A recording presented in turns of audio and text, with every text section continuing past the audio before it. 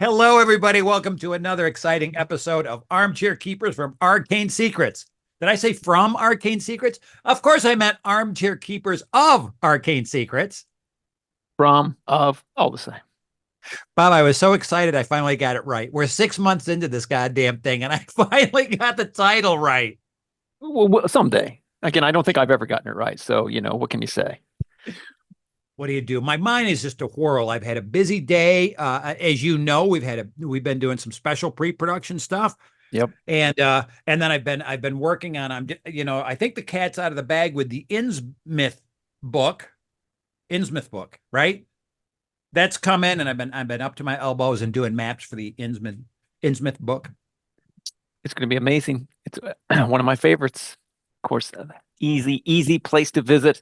The touristry department of Innsmouth is something to behold.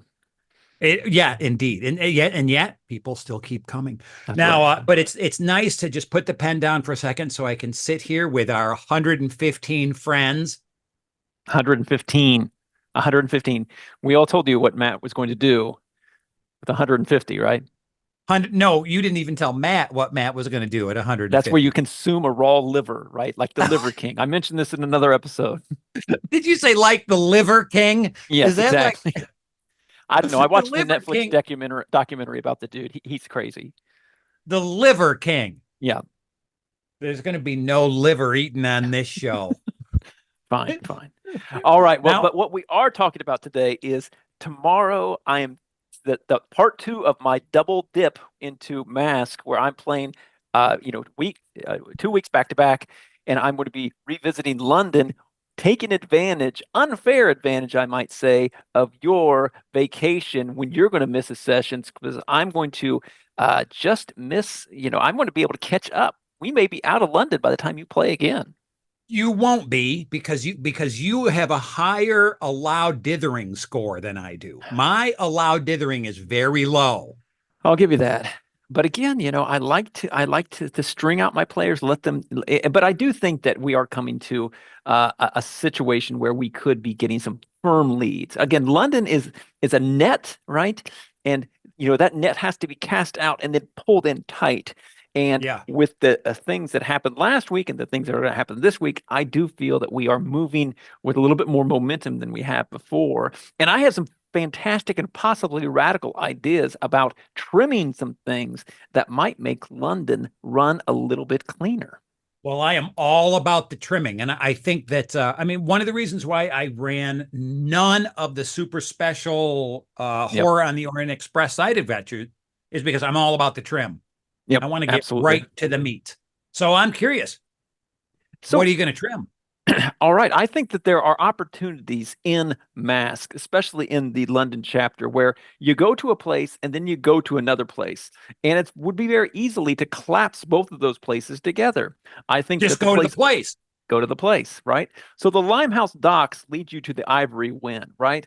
So what's on the Ivory Wind that couldn't be in the Limehouse docks, right? Nothing. Crates of stuff, right? So you could find the crates of stuff in the Limehouse docks that you find on the Ivory Wind. The Ivory Wind really doesn't, I mean, it's not so much the ship that you're interested in, it's the stuff, right? So depending on how things go, I may allow the players to stumble onto the crates of stuff that were on the Ivory Wind um, in And the just put them, warehouse. just put them in the warehouse. Yeah, but I do have a really fantastic picture that I found off the interwebs of a guy who fits my image of Lars Torvak, who is the boat guy. I'll show that. It's a great picture of some dude I found on Pinterest. Because again, I have photos for all of my NPCs on a 65, slide You're going to PowerPoint. kill me. You're really going to give me a coronary.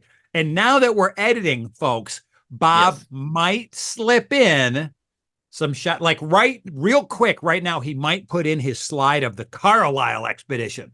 Yeah, that's right. Where I pulled the switcheroo, right? Right. Are you gonna? Yeah, is it gonna be? See, I don't know because this is pre-production. Is it going to be the one with Mahuru or the one without? Well, I'll do both. I'll do the one that I flashed up there with her, and then the one without her that really raised the question: Who is she? Right. So that worked out super well. That worked out super well for That's my a that's players. a masterful move using the technology that you use in game. Okay, so I've lost it now. I want to say that when we went and visited the Ivory Wind, Mhm. Lars was pretty fun character, and I got to use my Swedish chef accent, which is sort of the only Norwegian accent that I have. And Of course. had I long sleeve shirts, I would have pulled them down so just my fingers stuck out, just like the Swedish. Yes. But Lars was one of those guys where they wanted to go. It's fun in games for me to just say yes sometimes. Like just say yes. They say, "Hey Lars, here's some drinks. Can we go root around on in the crates in your ship?" He gobbles some drinks and says, "Yes, let's go." And then he says, "You want my dudes to help you crack them open?" And they go, "Sure." So they Wow. did. I mean, the whole point is to see what's in the crates. Yeah, absolutely. It is. It just, I, and a lot of scenarios do this very, very well. They set up an impossible situation. It's like, you can't ever do this. And it's like, you're right. They can't. And you're right in you have to make it possible for the players to do something. Again, there are numerous examples that I could cite of the impossible to breach structure that is set up by the author of a scenario, and then it's like, well, you did a great job. Now my players can't get in. So yeah, Right. You've got a fantastic end game that nobody's going to find. right. And nothing very egregious comes to mind for me in that. Luckily, I don't think Masks does that. No, I think that no, there's lots of suggestions yes, for workarounds. yeah. But There's no I'm impossible scenario, for sure. never. No, although some of those ceremonies, The those are tight ceremonies. spots. Well, again, it is setting up the worst case scenario, right? This is, I mean, with no player intervention, this is what will happen. And Mm-hmm. so you have to kind of set the stage. So this is an escalating event, and your players should be observing this in a way where they take proper action, right?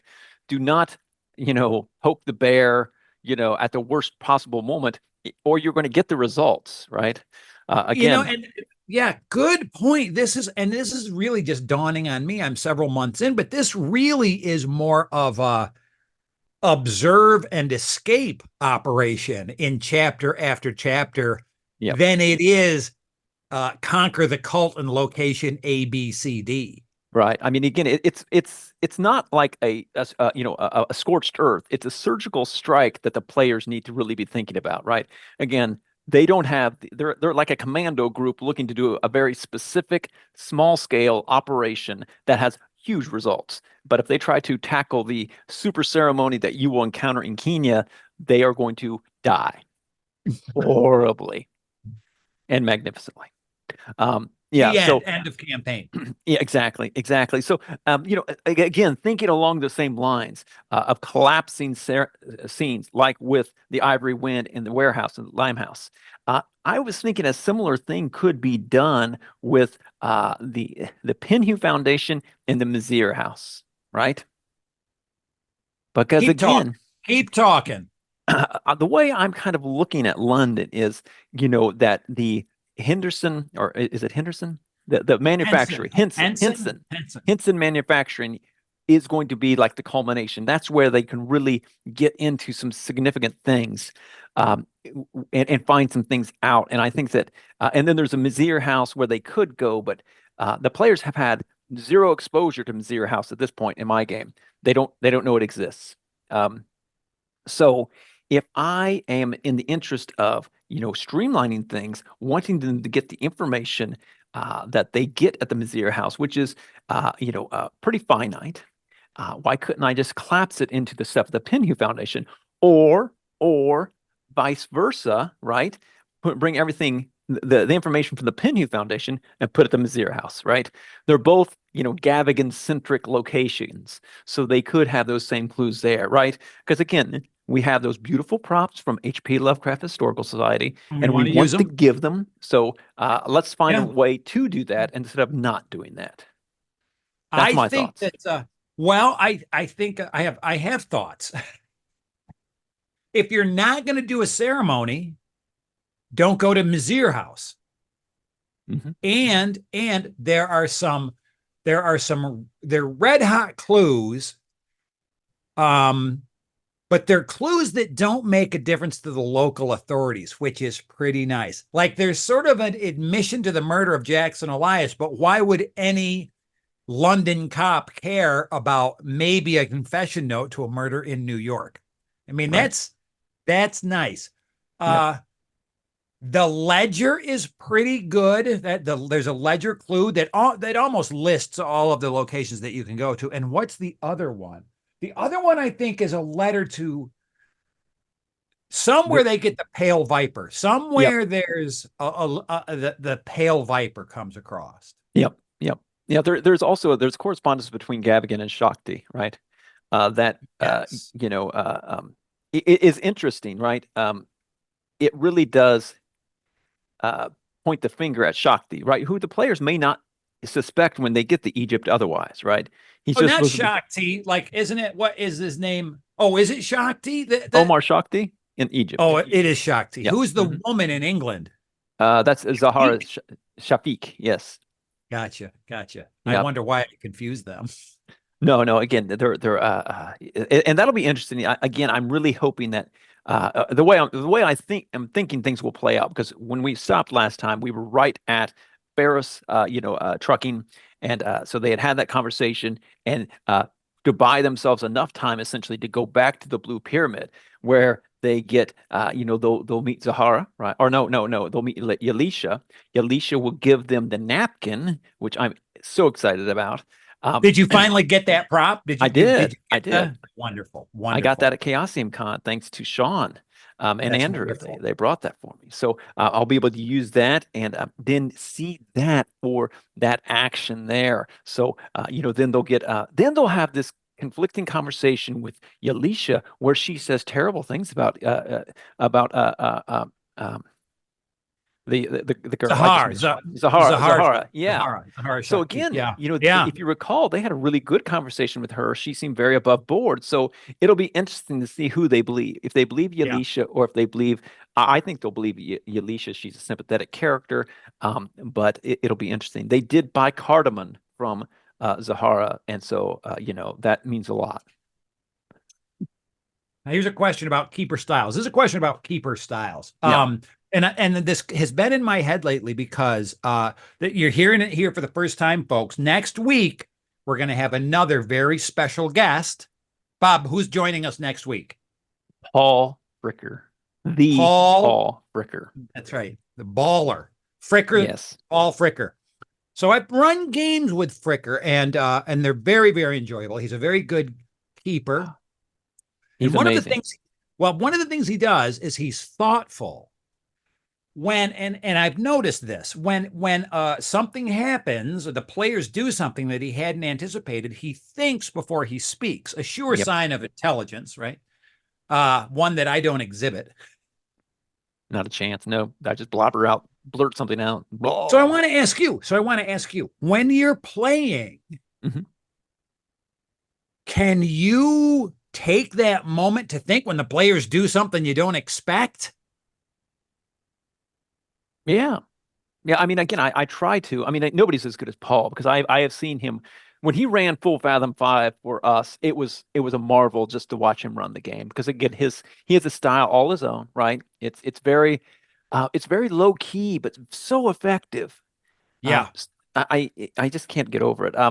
But yeah, I mean, again, I don't know. I never. I don't know. This is no boast, or this is a humble brag, if anything. I never really feel out of my depth with a player at the table when they're doing something, right? Again, if they do something, it's like, okay, I But you just feel roll you with can it. handle it. You can Yeah, handle it. yeah. I feel Because I do the same thing. I make lots of contingency plans, hmm and then they do like, okay, if they do this, I'll do A. If they do this, I'll Yeah, do B, and then they do C. I'm like, all right, cool. yeah. If we're lucky, they stop at C. Mine usually come in around S or T. Yeah, but it's. I mean, that's really what's fun. I mean, it's this The innovative interaction, sort of it's way. yeah, Yeah. yeah. No, it is. It's that feeding off of each other, and that's interaction. And so we finished England. I don't think there's going to be the players are afraid that there might be consequences of their actions because they kicked the Yeah. wasp's nest a couple of times. So they Yeah. are hot as hell to get out of there. But I don't think I'm going to do anything. Okay. I'm just going to let it simmer. I mean, I didn't run Gavigan as a smart guy. I ran him Yeah. as sort of an entitled guy that got the position because I don't know, because he was in the right place at the right time, or he knew Hmm. somebody, or it's even more devious. And the dude in Egypt he's got his stooge in place in England exactly as he wants. I don't know, right? Yeah. That will be revealed when we get into Egypt. Um, but I'm really excited for how this all unfolds for your players. No, I'm really excited about it as well. I think that, I'm hoping that, by the end of tomorrow, I want them to clearly have, either be on the way, if not already at Hanson Manufacturing, right? Because again, I think that will be a very fun location to run. They'll get the pertinent clues that they need from England. Now, again, England is one of those things where unless they go to the Mizir House and see that ceremony, there is no there is no thing that's happening, right? There's nothing that's going on in England that is a plot point that the players can necessarily impact, right? They're just, It's pretty much cult business as usual, yep, right? yep, Everybody's doing their thing, and they got a ceremony once a month to just appease the beast. But yeah, yep. no, you're right. There's no time clock other than the big time clock for the campaign. Yep. There's no time clock in. Oh my God, lights are coming on and everything. There's nothing specific going on in London that they really, I mean, they can mess with Henson Manufacturing and alter the parts and stuff like that. And I think that that's great. I really the more and more I'm exposed to that idea of giving the players more information about the kind of the science fiction aspect to a certain extent of what's Yeah, happening yeah, in this yeah. campaign. I'm very happy about that. That was never present in the older books.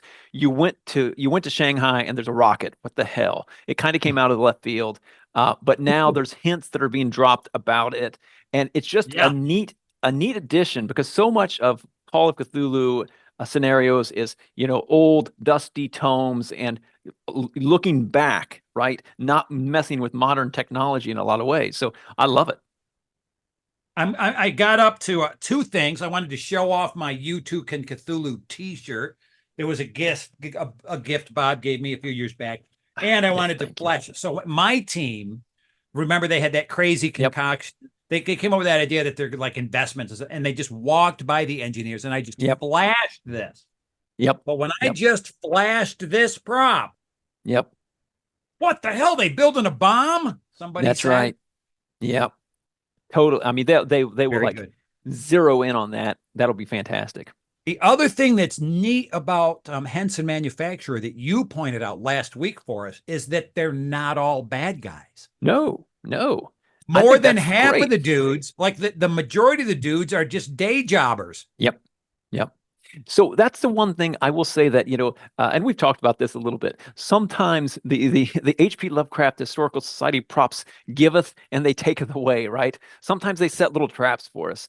And that's one of the things that I would view that blueprint as a trap, right? As a potential trap. And you have to handle it kind of carefully because what makes sense is that they are in the manufacturing, they are parsing out the jobs so that nobody gets a complete picture of what's happening, right? So, because they don't, again, these are good guys. They don't know what they're doing. They're just making something for the home office, right?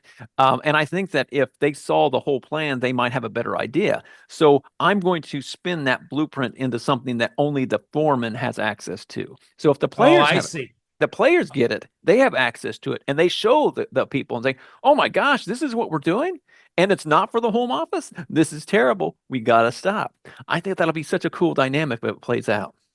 Boy, it could be very exciting. Then all of a sudden, I think Frank, what's the dude's name? It's not Miller. Frank Miller, of course, is Right. the illustrator and the author. That's Frank right. That's right. Marshall. Frank Marshall. Marshall, as they Right. call this.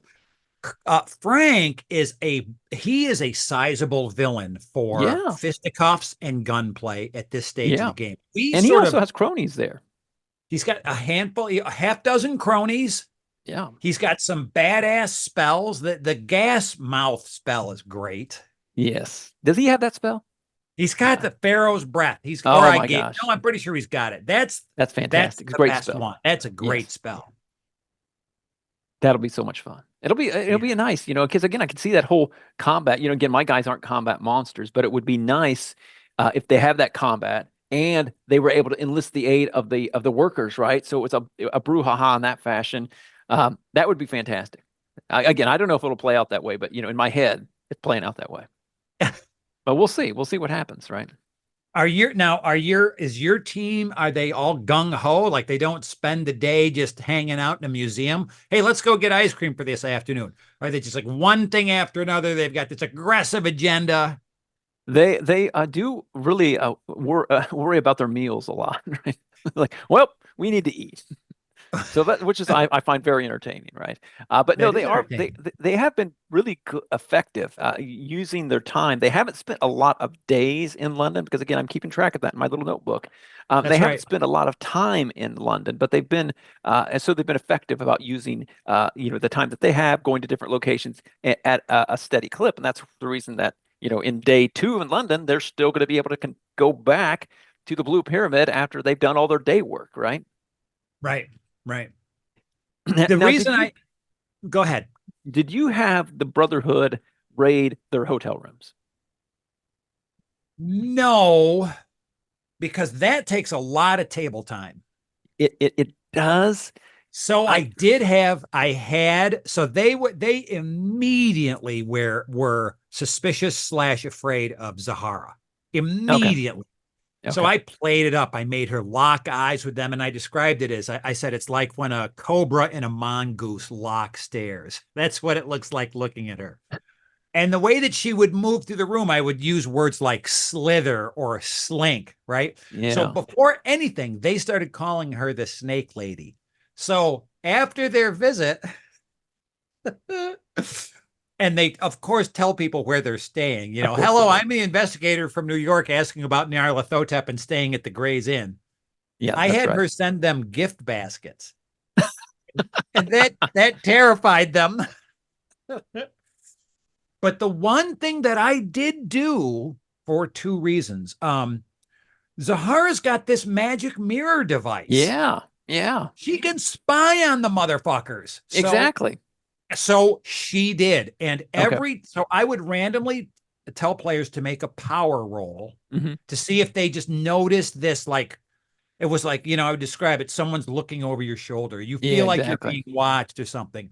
Yeah. And then through the magic mirror, she has a spell that causes despair, Yep. forces a sanity check. And Yep. I did that repeatedly to give players Cthulhu Mythos scores. Oh, wow. So as soon as they failed, right, that's a Mythos induced, Yeah. blah, blah, blah, whatever it is. Yep. And they all so most of my players have Cthulhu Mythos Nice. Okay. scores. Fantastic. No, I was again. They true investigative confessions. They immediately told Edward Gavigan where they were staying, right? And so I had them when they went back to their hotel. I had them discover a guy who seemed to be watching them, right? And so again they just went up and talked to him, and so I came up with some random name for him, and he claimed to be a pipe fitter who was just like wandering through and stopped in this hotel for tea. His excuse was not great, and so but they did talk to him for a little bit, and so I'm toying with the idea of having their rooms rated. But again, it's one of those things where you're right, it does take up table time, Takes time. and It it's takes up table. also something that could happen lots of places. And does it make more sense to have this maybe happen in Egypt, right? Have the And rooms you're rated only in going to do it Egypt. once, right? Right, right. Otherwise, it becomes rote. Now, are there rooms rated to steal shit, or are there rooms rated as an attack?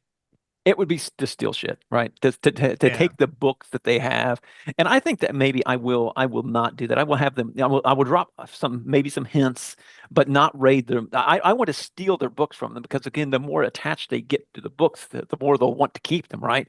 And so they've already done one little travel shuffle with or of the books, and maybe if they do another travel shuffle with the books going from England to Port Said, they'll get really attached. And then I Yeah. snatch them away from them. And then maybe they have a You are chance mean. to. You are mean.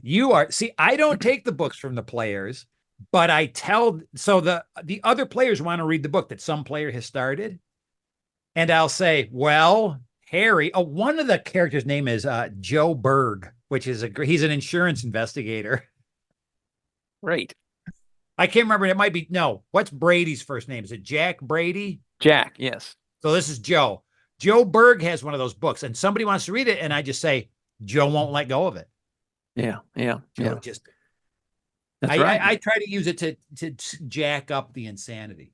Oh yeah, of course, of course. You know, again, they But still have one of the books that they can't read, and they're trying desperately to get a reading pass for the British Museum. But I'm not going to let them do that because again, they asked Gavin for it, and he said, "I'll send one to you. What's your hotel?" And you know, they told him, and so it's never going to show up. But he knows their hotel now. I had them watched. Well, because they're going around saying, "Hi, we're investigators. We're staying at blah blah blah." I had them watched immediately. Yeah. They noticed they were watched immediately, and then I had different teams watching them. I had Zahara's team watching them. Yep. I had some of Gavigan's crones watching them, and then I had some cops watching him. I had Nice. some of Bennington's buddies watching them.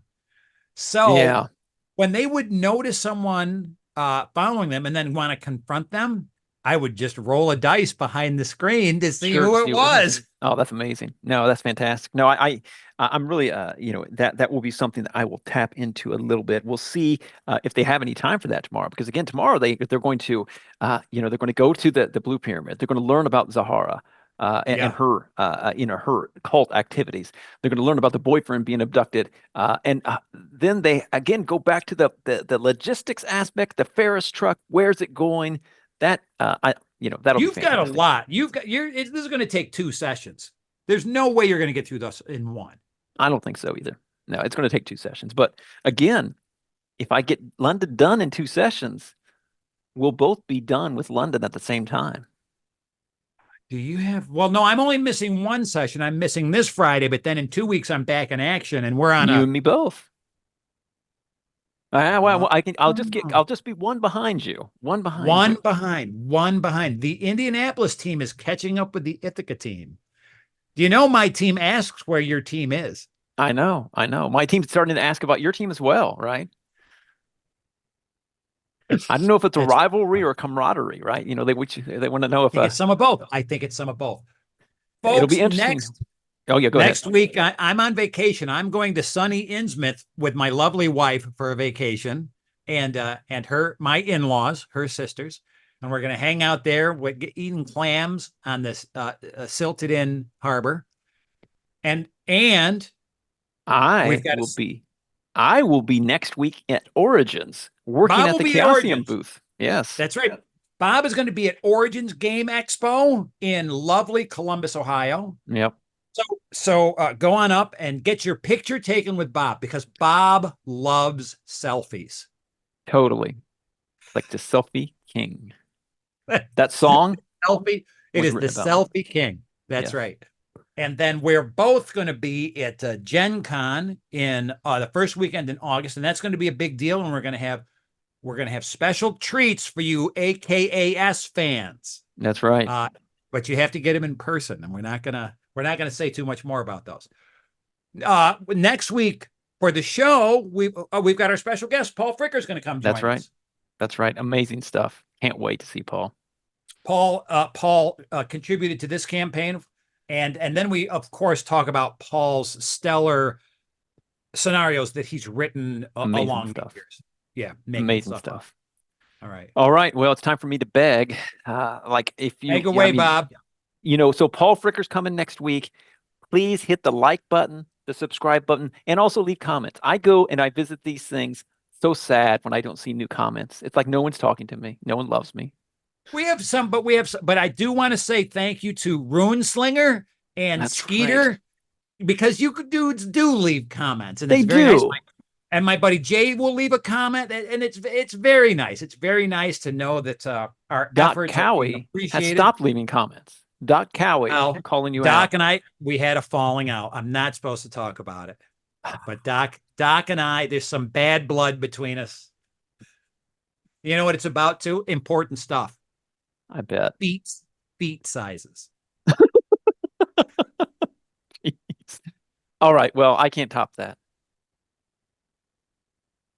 Folks, have fun running masks. And you know, along comment lines, I hope somebody is running masks. If you're running masks right now while you're watching us Yahoos, let us know.